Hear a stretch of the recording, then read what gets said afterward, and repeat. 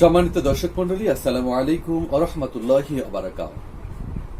স্বাগত জানাচ্ছি সকলকে আজকের আলোচনায়। আজকের আলোচনার বিষয় যাকাত এর একটি বিভাগ, জমিন থেকে উৎপাদিত ফসলের যাকাত, যেটিকে হাদিসের ভাষায় ওশুর বলা হয়। সম্মানিত দর্শক মন্ডলী, মহান আল্লাহ সুবহানাহু ওয়া তাআলা আমাদের পরিচয় দিয়েছে আমরা মুসলিম জাতি, আমরা ঈমানদার। এই ঈমানদার বা মুসলিম জাতিকে মহান আল্লাহ সুবহানাহু ওয়া তাআলা একটি দিন, একটি জীবন ব্যবস্থা দিয়েছেন। কিছু রীতি নীতি, নিয়ম পদ্ধতি, এই জীবন পরিচালনা করতে গিয়ে আমাদের কোন পথ ও পদ্ধতি অবলম্বন করতে হবে, সে বিষয়গুলো সম্বলিত একটি দিন দিয়েছেন, যার নাম আল্লাহ তাআলা বলেছেন ইসলাম। কোরআনুল কারীমের ভাষায় ইন্নাদ-দীনা ইনদাল্লাহিল ইসলাম। আল্লাহ সুবহানাহু ওয়া তাআলা আমাদের যে ইসলাম নামক জীবন ব্যবস্থা, যে দিন, যে ধর্ম উপহার দিয়েছেন, সেই জীবন ব্যবস্থা 5টি ভিত্তির উপর প্রতিষ্ঠিত। বুখারীর বর্ণনায় বুনিয়াল ইসলাম আলা খামসিন, শাহাদা আল্লা ইলাহা ইল্লাল্লাহ ওয়া আন্না মুহাম্মাদুর রাসূলুল্লাহ সাল্লাল্লাহু আলাইহি ওয়াসাল্লাম ওয়া ইকামিস সালাহ ওয়া ইতাইজ যাকাত ওয়াল হজ্জ ওয়া সাওম রমাদান। আল্লাহ সুবহানাহু ওয়া তাআলার রাসূল বিশ্বনবী সাল্লাল্লাহু আলাইহি ওয়াসাল্লাম জানিয়েছেন ইসলাম 5টি ভিত্তির উপর প্রতিষ্ঠিত। প্রথমটি হলো শাহাদা বাক্য পাঠ করা, এ কথা বলা যে আল্লাহ ছাড়া কোনো ইলাহা নাই, মুহাম্মাদুর রাসূলুল্লাহ সাল্লাল্লাহু আলাইহি ওয়াসাল্লাম আল্লাহ তাআলার রাসূল। এই শাহাদা বাক্য ঘোষণার পরে আমাদের কাছে ইসলামের বাকি 4টি ভিত্তি চলে আসে। তার 1 নম্বর হলো ইকামিস সালাহ, সালাতকে কায়েম করা।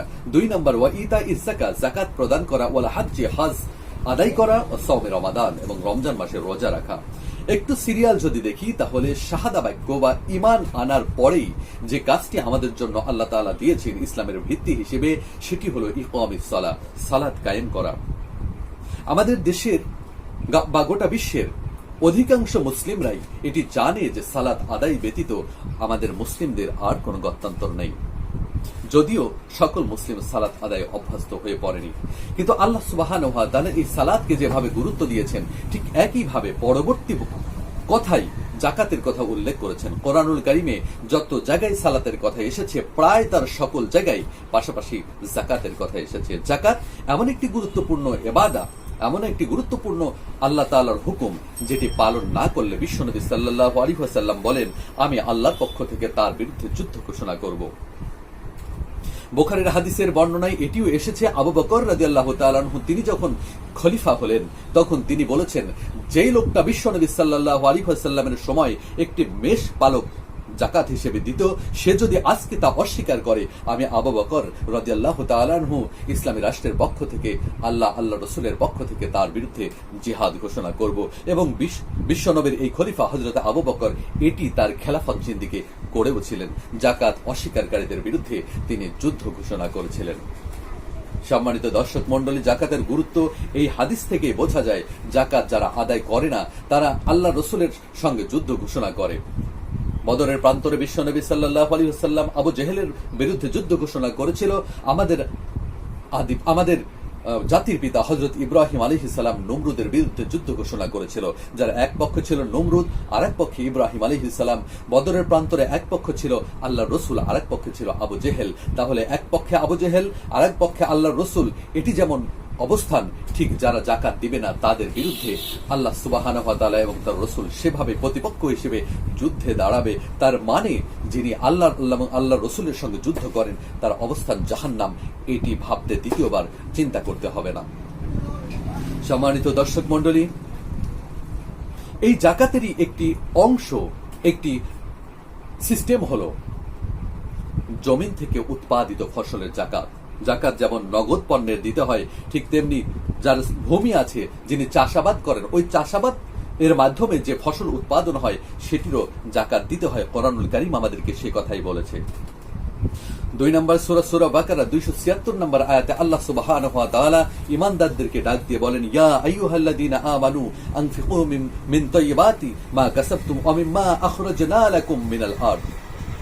ঈমানদারদেরকে ডাক দিয়েছেন ইয়া আইয়ুহাল্লাযীনা আমানু। তাহলে যাকাত তারা দিবে, ভূমি থেকে উৎপাদিত ফসলের ওসর তারা দিবে যারা নিজেদেরকে ঈমানদার মনে করে। আপনি যদি নিজেকে ঈমানদার মনে করেন, তাহলে এই ঈমানদার হতে হলে আপনাকে 3টি শর্ত পূরণ করতে হবে, যেটি হযরত আলী রাদিয়াল্লাহু তাআলা আনহুর হাদিস থেকে আমরা পেয়েছি।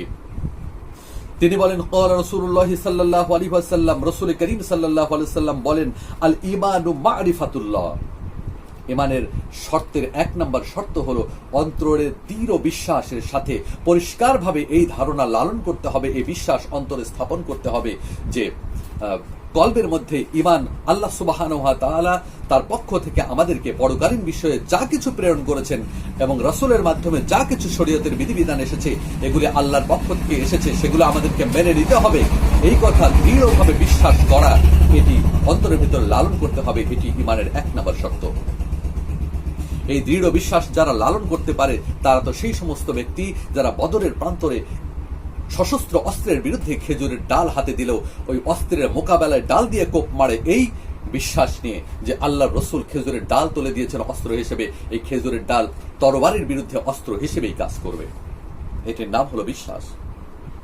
হযরত আবু বকর এবং বিশ্বনবী যখন হেরা পর্বতের যখন সওর গিরিগুহার ভিতরে আল্লাহ রাসূল তখন বলেছিলেন, লা তাহিনু ওয়া লা তাহজানু ইন্নাল্লাহা মা'ানা, নিশ্চয়ই আল্লাহ এবং আল্লাহ আমাদের সঙ্গে আছে, তুমি ভয় করো না, কোনো চিন্তা করো না। এর নাম হলো ঈমান। এটি হলো অন্তরের বিশ্বাস। পরকালে মৃত্যুবরণ করতে হবে, জাহান্নাম আছে, জান্নাত আছে, আমরা দেখিনি তবুও বিশ্বাস করি, এর নাম হলো ঈমান। আজকে আগুনের মধ্যে আমরা আঙ্গুল দিতে ভয় পাই, কারণ আমাদের জানা আছে আঙ্গুলটা পুড়ে যাবে যদি আগুনের মধ্যে আঙ্গুল দিই। ঠিক একইভাবে আগুনকে ভয় করে আমরা যেমন এই দুনিয়ায় দূরে থাকি, মৃত্যুবরণ করার সঙ্গে সঙ্গে আগুনের মধ্যে পড়তে হবে যদি আল্লাহর হুকুম পালন না করি। এটিও বাস্তবতার সঙ্গে মিলিয়ে বিশ্বাস করার নাম হলো ঈমান। সম্মানিত দর্শক মণ্ডলী, এইভাবে আমাদেরকে ঈমানকে কবজা করতে হবে, ঈমানকে অন্তরে লালন করতে হবে, আল্লাহর বিধিবিধান সত্য বলে মানতে হবে এবং সেগুলো মানার চেষ্টা করতে হবে। নাম্বার 2, ওয়া ইকরারু বিল লিসান, শুধুমাত্র অন্তরে বললেই হবে না, বিশ্বাস করলেই হবে না, মুখ দিয়ে সেটা প্রকাশ করতে হবে, ঘোষণা করতে হবে। এটি ঈমানের 2 নম্বর শর্ত। আর 3 নম্বর হলো ওয়া আমালু বিল আরকান, যেটি বিশ্বাস করেন, যেটি মুখ দিয়ে বলেন, সেটি কাজে বাস্তবায়ন ঘটানোর মাধ্যমে সেটি প্রমাণ দিতে হবে। আল্লাহ সুবহানাহু ওয়া তাআলা কোরআনুল কারীমের 2 নম্বর সূরা বাকারার 3 নম্বর আয়াতে বলেন, আল্লাযীনা ইউমিনুনা বিল গায়ব ওয়া ইউকিমুনাস সালাতা ওয়া মিম্মা রাযাকনাহুম ইউনফিকুন, যারা পরকালকে বিশ্বাস স্থাপন করেছো, অদৃশ্য বিষয়কে বিশ্বাস স্থাপন করেছো। এই অদৃশ্য বিষয়ের মধ্যে রয়েছে পরকালীন জগতের শাস্তি, জান্নাত জাহান্নামের সেই বর্ণনা। এগুলিকে যারা বিশ্বাস করো তারা একটু কাজে বাস্তবায়ন করে নামাজ কায়েম করার মাধ্যমে এবং আল্লাহর রাস্তায় ব্যয় করার মাধ্যমে তা বাস্তবে তুমি একটু বুঝিয়ে দাও, জানিয়ে দাও, বিশ্ববাসীর সামনে প্রমাণ উপস্থাপন করো যে তুমি যা বিশ্বাস করো, তুমি যা ঘোষণা করো তা তুমি কাজে বাস্তবায়ন করার মাধ্যমে এটা জানিয়ে দাও যে এই কথা আমি সত্যই বিশ্বাস করি এবং এটি আমি মেনে চলতে চাই। সম্মানিত উপস্থিতি, এই হলো ঈমান। কাজেই আপনার যদি অন্তরে দৃঢ় বিশ্বাস থাকে তাহলে সেটা মুখে ঘোষণা করুন এবং কাজে বাস্তবায়ন করার মাধ্যমে সেটা দেখিয়ে দিন যে আপনি সত্যি ঈমানদার। এই 3টি কাজ যারা করতে পারে তাদেরকে আল্লাহ তাআলা ডাক দিয়ে বলছেন, ওহে যারা ঈমানদার, আনফিকু মিন তাইয়্যিবাতি মা কাসাবতুম, তুমি পবিত্র যা কিছু অর্জন করো তার থেকে তুমি ব্যয় করো, ওয়া বিম্মা আখরাজনা লাকুম মিনাল আরদ, এবং জমিন থেকে যা কিছু উৎপাদিত হয় তার সেগুলি আল্লাহর রাস্তায় ব্যয় করো। এই জমিন থেকে উৎপাদিত ফসল আল্লাহর রাস্তায় দিতে হবে। এটির নাম হাদিসের ভাষায় বলা হয় ওশর। এটির নাম হাদিসের ভাষায় বলা হয় ওশর। এটি আল্লাহ সুবহানাহু ওয়া তাআলা ফরজ করেছেন।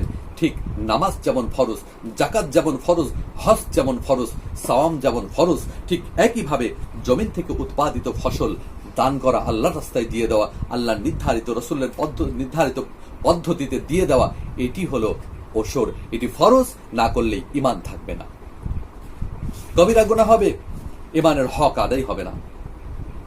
সম্মানিত দর্শক মণ্ডলী, অনেকে মনে করেন যারা জমির ট্যাক্স সরকারকে দেয় তাদের মনে হয় ওশর দিতে হবে না, কিন্তু এটি মোটেই সত্য নয়। কারণ সরকার আপনার থেকে ট্যাক্স নেয় কেন? আপনার জন্য রাস্তায় তৈরি করেছে সরকার তার টাকায়, আপনার জন্য ফ্রি হাসপাতাল রয়েছে, কমিউনিটি সেন্টার রয়েছে, পুলিশ প্রশাসন রয়েছে, আর্মি বিডিআর রয়েছে দেশ রক্ষার জন্য, ফায়ার সার্ভিসের গাড়ি রয়েছে। আপনার বাড়িতে আগুন ধরলে ফ্রি ফায়ার সার্ভিসের গাড়ি এসে আগুন নিভিয়ে দিচ্ছে।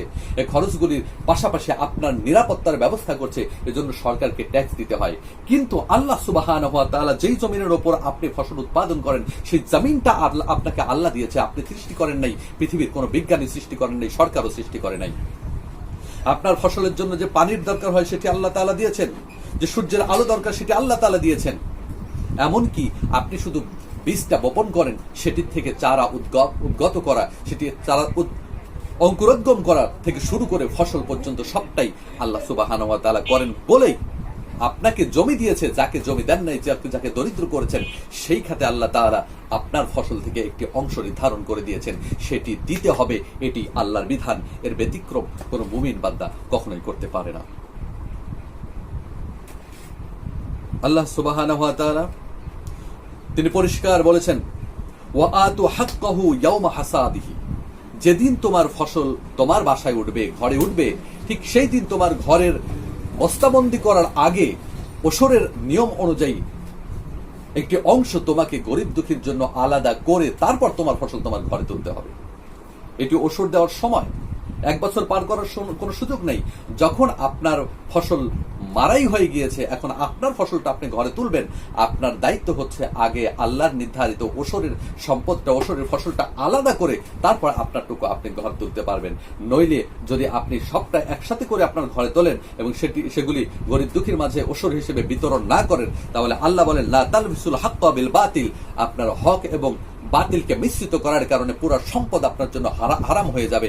আপনি হালাল সম্পদকে হারাম করে গোটা ইবাদত বন্দেগী সব নষ্ট করে দিবেন এবং পরকাল জীবনে আপনাকে হারাম ভক্ষণের অপরাধী হয়ে জাহান্নামে শাস্তি ভোগ করতে হবে। সেজন্য ওশর দিতেই হবে এবং সেটি ফসল কেটে ঘরে তোলার আগেই। এখন প্রশ্ন হলো কি পরিমাণে ওশর দিতে হবে।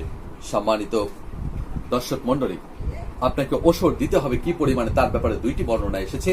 একটি হেদায়ে কিতাবের ভিতরে ইমাম আবু হানিফা রাহিমাহুল্লাহ লিখেছেন, আর একটি ফতহুল বারির মধ্যে এসেছে ফি কলিলাম মা আখরাজাতুল আরদা ওয়া কাসীরাতুল ওশর, জমিনে ফসল কম হোক বেশি হোক যেটাই হোক না কেন তার থেকে আপনাকে ওশর দিতে হবে।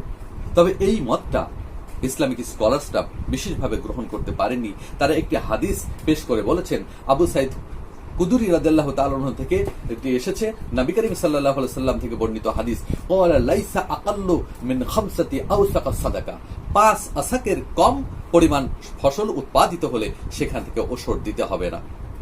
যদি আপনার ওশরের পরিমাণ হয়, যদি আপনার ফসলের পরিমাণ হয় 5 আসাক, তাহলে সেখান থেকে ওশর দিতে হবে। এখন 5 আসাক মানে কি? 5 আসাক মানে বিভিন্ন বর্ণনা এসেছে, 5 আসাকের পরিমাণে বিভিন্ন বর্ণনা এসেছে। সর্বোচ্চ যে বর্ণনাটা পাওয়া যায় সেটি হলো 1080 কেজি, যেটি প্রায় 27 মণ। আর সর্বনিম্ন যে বিবরণটি এসেছে সেটিতে বলা হয়েছে 653 কেজি, প্রায় 16 মণ, 16.5 মণ বা 16.5 মণের কাছাকাছি। অনেক ওলামায়ে কেরাম 25 মণ বলেছেন, অনেক ওলামায়ে কেরাম 20 মণ বলেছেন, 18 মণ, এই ধরনের বিভিন্ন বর্ণনা এসেছে।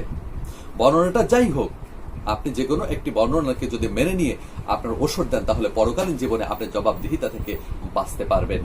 আর সাহাবায়ে কেরাম অনেক সময় আল্লাহর ভয়ে যতটুকু হয়েছে তা 16 মণ 20 মণ হোক আর না হোক, 10 মণ 5 মণ থেকেও তারা ওশর দিয়েছে। এই ওশরের পরিমাণ হলো 1 মণে 2 কেজি। যেহেতু আমাদের দেশের জমিতে ফসল উৎপাদন করতে অনেক খরচ বহন করতে হয়, সেচ দিতে হয়, এজন্য এক্ষেত্রে 1 মণে অর্থাৎ 40 কেজিতে 2 কেজি। আর যদি এমনি ফসল ফলে কোনো খরচ না করতে হয়, পানি না দিতে হয়, তাহলে 1 মণে 4 কেজি হারে ওশর দিতে হবে। এটি হলো ওশরের বিধান। এই বিধান যদি আমরা মানতে পারি তাহলে আমরা ইমানদার হিসেবে দাবি করতে পারি। আর যদি এই বিধান মানতে না পারি তাহলে আমাদেরকে দাঁড়াতে হবে আবু জেহেলের দলে, দাঁড়াতে হবে নমরুদের দলে, ফেরাউনের দলে। ইমানদারের